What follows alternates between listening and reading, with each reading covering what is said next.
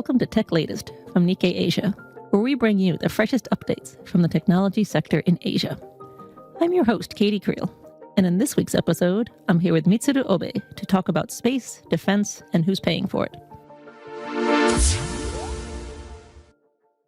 Welcome to the show, Obe-san. Hi, Katie. Thanks very much for having me in your show. It's great to have you back. And on a topic that you're very well versed in, I think back in February, we had you on talking about ArcEdge, the Japanese startup looking to make a name for itself in lunar and terrestrial navigation. Yes, ArcEdge is a very interesting case. It's a maker, manufacturer, and operator of small satellites. It's a startup, and not a traditional legacy manufacturer like a Mitsubishi Heavy or NEC or Mitsubishi Electric. And also importantly, it's a second generation. The first generation companies in Japan, they already went public in the last 2 to 3 years.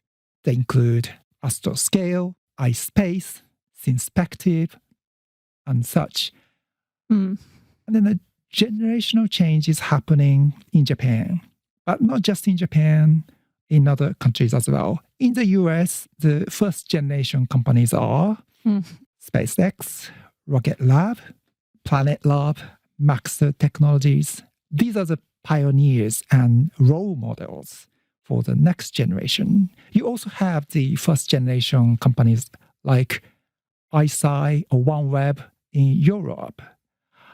Now we are seeing the rise of a new generation. In Europe, for instance, a launch company is called the Exploration Company, or TEC Tech, or ICER Aerospace.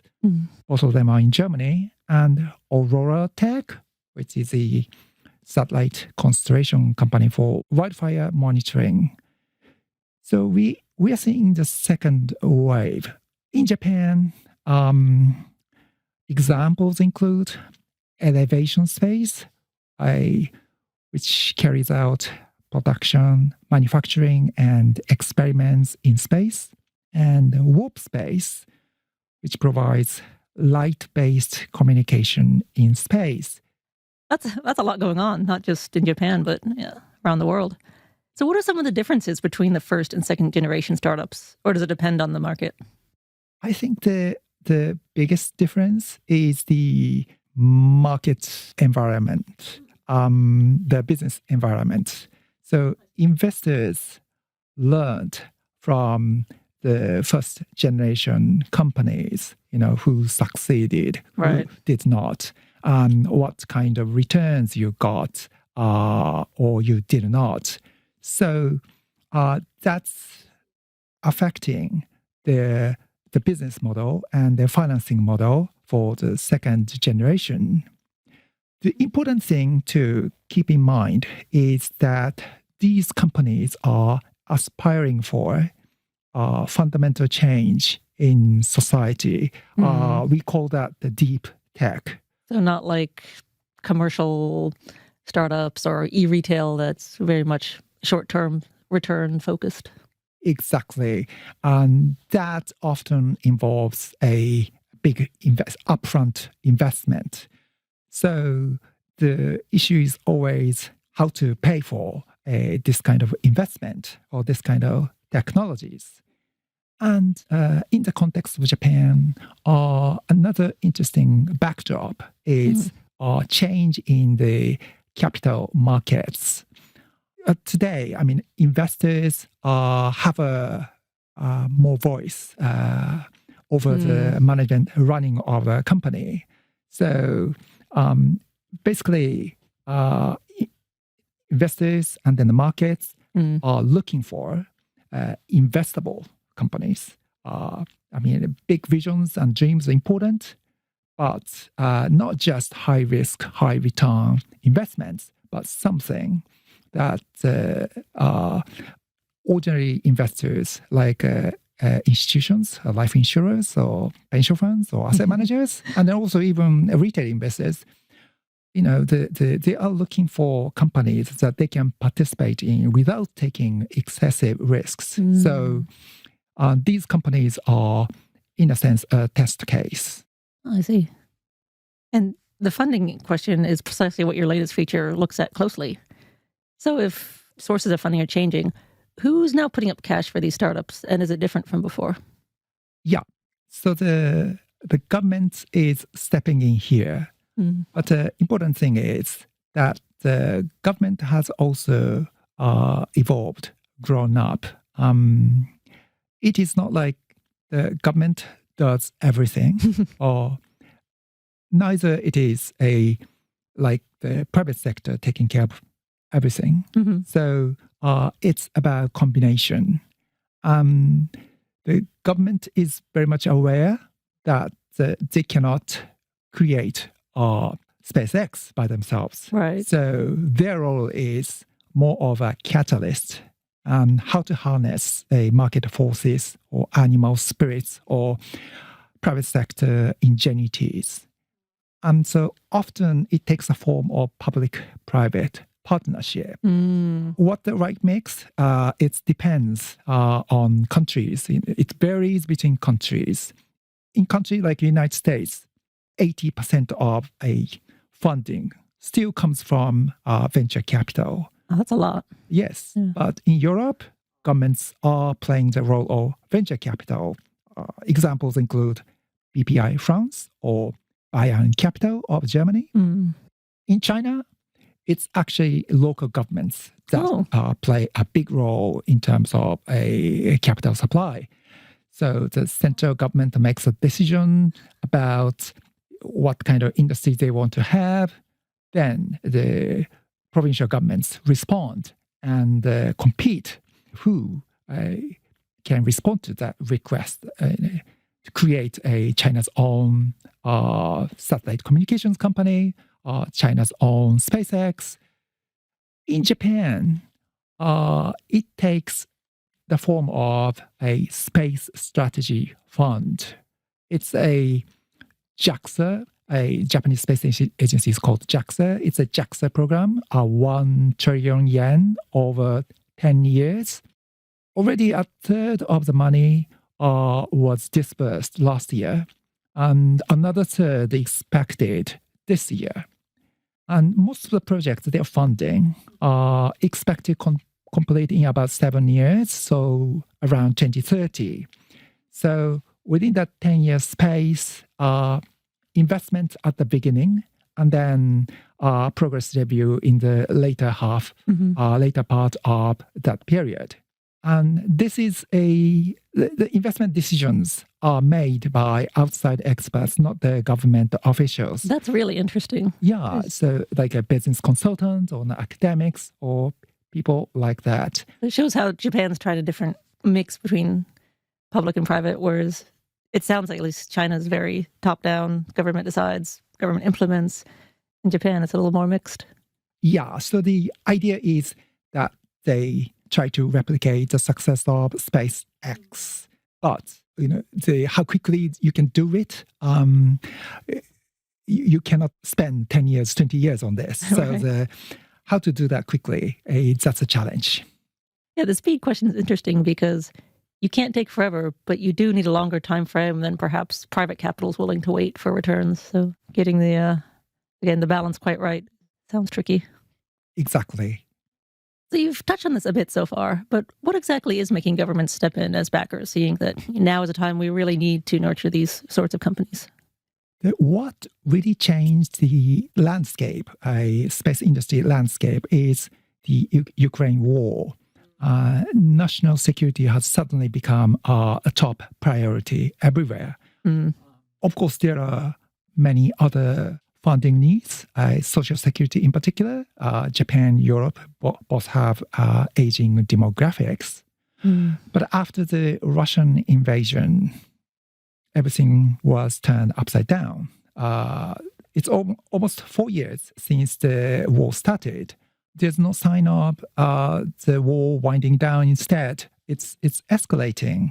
Russians are conducting incursions with their drones into Nordic countries, Poland. Right. And so many countries have a sense of urgency. How strong that sense of urgency depends on how close you are to countries like Russia or China. It's different between Spain and Germany, for instance. Germany is very close to Ukraine, so much stronger sense of urgency. And Makes Japan sense. itself have a Russia, North Korea, China across its borders. Right. And another factor is, of course, Donald Trump. The US want its allies to do more for its own defense. So the allies in Europe, Japan, no longer certain about US security commitment. So they have to have autonomy, technological autonomy and independence. They're also aware how important roles space startups played in the Ukraine war. Companies like Starlink or Maxell, Hawkeye 360. A perfect storm of factors. Yes, indeed. So there's a realization that of the important roles played by startups, traditional legacy defense companies. There are many things that these companies cannot do, and therefore the government has a greater willingness to invest in these startup companies. So that makes sense from the government side, why they see this important. But on the flip side, why has the private capital kind of lost some of its enthusiasm for space and defense investing? Or is that a fair assessment? Well, I want to provide defense for investors. So, they are managing someone else's money. They True. cannot put their money at undue risk.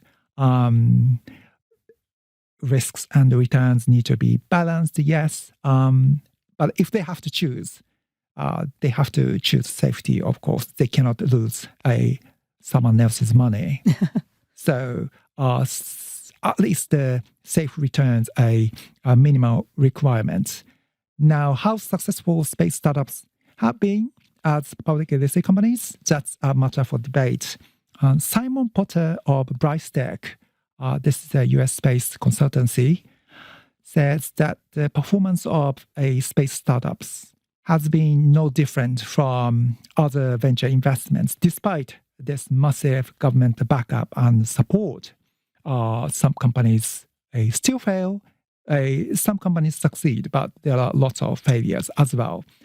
So investors have to take that into consideration. And so that the cautious attitude is reflected in the performance of many of the startup companies in the market. I wonder if part of this can also be explained by the fact that at the moment, at least, AI companies are sucking up so much investment and interest that if you're not in AI directly, it must be rather difficult to keep investors interested.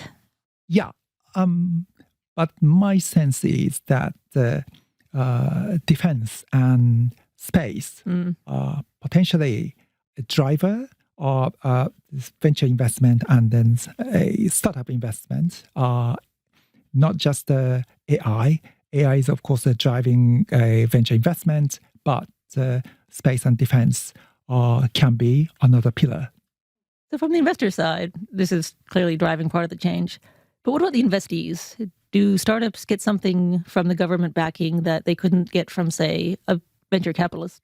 These small companies and then startups, they say that the government support is extremely important. One of the companies I talked to is called Maruhachi. It's a SME based in Fukui, Western Japan. Fukui is next to Kyoto. It's a prefecture known for the textile industry in the past. So this company itself was originally a textile trader, and it evolved into textile processing, and now it's a composite maker. It makes products using carbon fiber. And now the company is building a rocket tank made of carbon fiber. That's quite an evolution. Yes. But building something as big as a rocket tank, which could be 8 meters tall and 5 meters in diameter, that requires certain amount of capital investment, and it needs financial sector support. And this company does borrow from banks. And here, their partnership with JAXA or the Japanese government really helps. It gives this small company important credibility. The lenders know that their technology, the technology of the company is being recognized by the nation's top space agency. So that makes it easier for a bank to give a loan. So it's not just the money itself, it's the kind of the reputational boost. Indeed. And for ArcEdge that we mentioned earlier, they also say the JAXA and the government are important. Because of this availability of public funding, they can focus on scaling up their business and improving their technologies.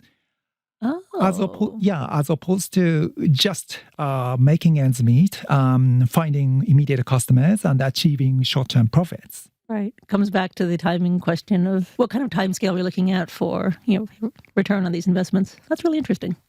That's right. So are there any particular areas that governments, say in Japan, are focusing on when they decide to back these startups, or is it just anything space is attractive to them? I think that's a really good question. It's not like any company. The one important keyword would be breakthrough technologies. So that often means a low cost. Many of the space services, global navigation or launch or satellite communication, those services are already available and then provided by a large incumbent players. The problem is that their services are very expensive. It often takes a lot of time when you ask them to develop something. We need a rapid development of low-cost services. And the answer often is startups. Much more nimble. Exactly. So the breakthrough technology is one, and the other thing is innovation. So you are not just talking about replicating the success of companies like SpaceX. You are also talking about creating a company that is commercially viable. And that means that you need to be able to sell your products or services globally.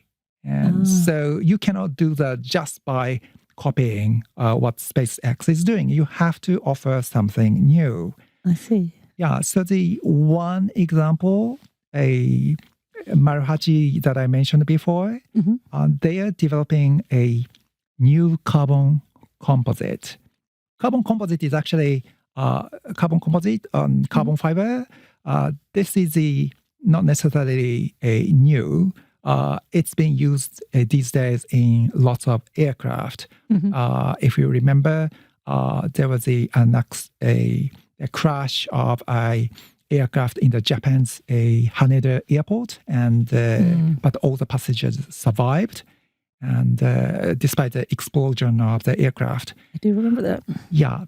So the carbon fiber and the carbon composites are already used in aircraft like Boeing 787 and Airbus 350. But the current composite is very expensive and rigid and hard to recycle. I hadn't thought about recycling. Yeah. And also, it's very time-consuming to build a structure with them. Putting together carbon composite pieces with glue, this is a very time-consuming process. So what the Maruhachi is developing is, and Maruhachi and JAXA are developing, is making this process a lot easier. It's called it's thermoplastic, which is much easier to manipulate, much easier to glue together, and therefore suitable for a mass production of satellites or rockets. So that's what they're aiming for. I think that's a really great example to point to, just to underscore the need for slightly longer term backing from someone like a government of a technology that could take many years to commercialize, and if ever. But once it does, it could be revolutionary and have so much impact on the industry. Yeah, so that's not just limited to defense. ArcEdge, for instance, is developing a technology to monitor the movement of water resources from rainfall in Andes through Amazon and reaching the plains. So this whole process takes a couple months. So by monitoring the movement of water from space, you can tell farmers whether you are going to have a lot of water or you're going to have scarcity of water 2 months in advance. Oh, that's amazing. Give them time to prepare. Wow. This is a really exciting time. Indeed. Internet led the development of venture businesses before, but space and defense, in addition to AI, may be leading the current way of venture businesses. So we have to keep an eye on this sector. And we definitely will, thanks to your great reporting. Thanks so much, Obe-san. Always wonderful to have you on the show. It's my pleasure. Thank you so much. That's all for this week's episode. For more of Nikkei Asia's tech coverage, visit asia.nikkei.com. You can also subscribe to our weekly Tech Asia newsletter, which will be delivered to your inbox every Thursday. Thanks again for listening, and check back with us next week for more updates on the tech trends that matter.